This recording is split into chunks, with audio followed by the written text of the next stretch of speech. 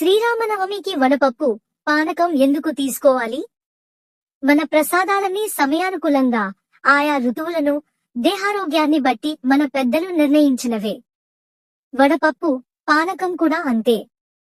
శరత్ ఋతువు, వసంత ఋతువులు యముడి కోరల్లాంటివని దేవీ భాగవతం చెబుతోంది.